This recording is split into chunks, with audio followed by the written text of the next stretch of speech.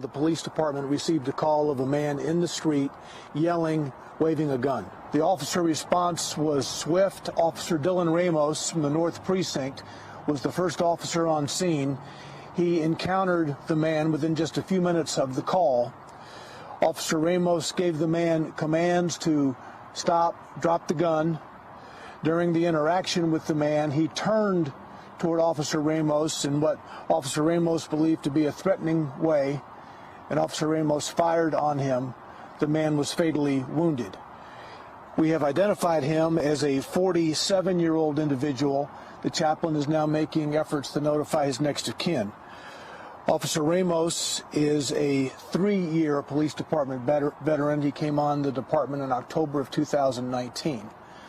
The police department is now downloading the body camera images from Officer Ramos's body cam as well as his in-car cam.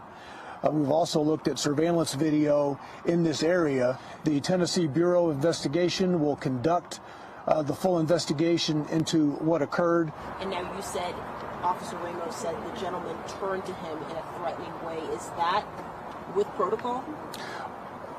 With protocol. To shoot in a situation like this?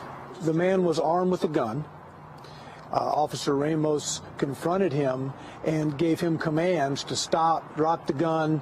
There was some interaction that you should see when the camera footage is released. And during the interaction between the officer and the individual, the man did turn toward Officer Ramos in what Officer Ramos perceived to be a threatening way, and Officer Ramos fired on the individual. These businesses at the time were open, so there were people in them as Officer Ramos was attempting to get the situation resolved.